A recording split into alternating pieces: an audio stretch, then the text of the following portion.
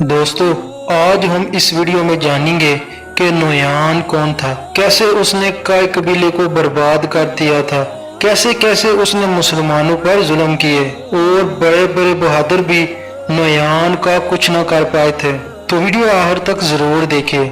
अगर आप हमारे चैनल पर नए हैं तो सबसे पहले चैनल को जरूर सब्सक्राइब कर दीजिए। नोयान 1201 में पैदा हुआ था। दोस्तों, आपको बताते जाएं कि मंगोल में नोयान एक ओहदे का नाम था। मंगोल में जब भी कोई इस ओहदे को हासिल करता था तो उसे नोयान कहते थे।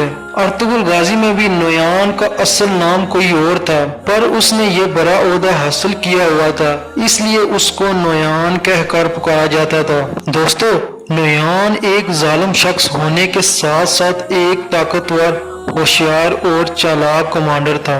नोयान की दरिंदगी का अंदाजा इस बात से लगाया जा सकता था कि ये बेरहम था।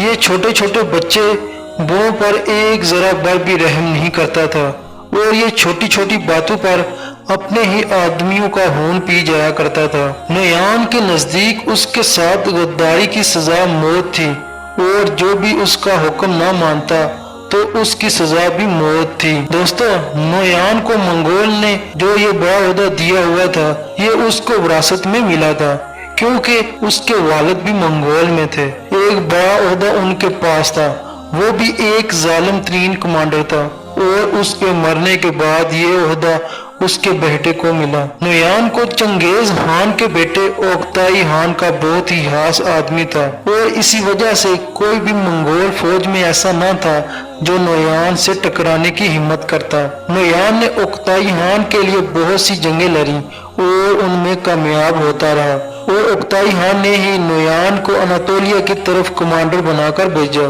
और वहीं कई कबीले और दूसरे कबीले आबाद थे। ये नोयान उन सब पर एक एक कर क़यामत बनकर टूटा। नोयान ने अनातोलिया में हजारों लोगों का खून पानी की तरह बहाया और उसने न छोटे बच्चों पर रहम किया और न ही बूढ़ों पर। जो भी उसके सामने आता गया ये उसका कत्ल करता गया। दोस्तों, आपको बताते जाएं कि अर्तुगरुल की बहादुरी के चर्चे पूरी दुनिया में थे।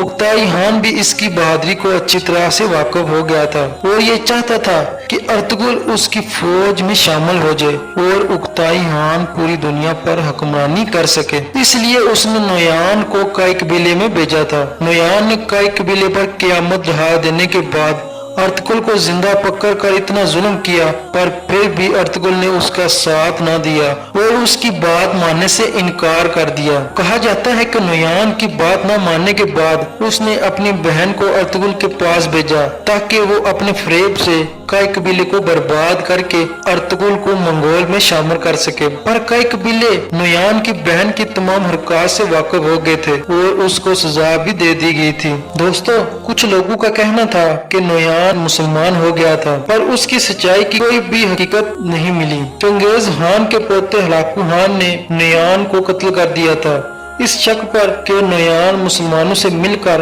मंगोल फौज को दबा कर रहा है। तो दोस्तों, आज की वीडियो आपको कैसी लगी तो चैनल को जरूर सब्सक्राइब कर दीजिएगा।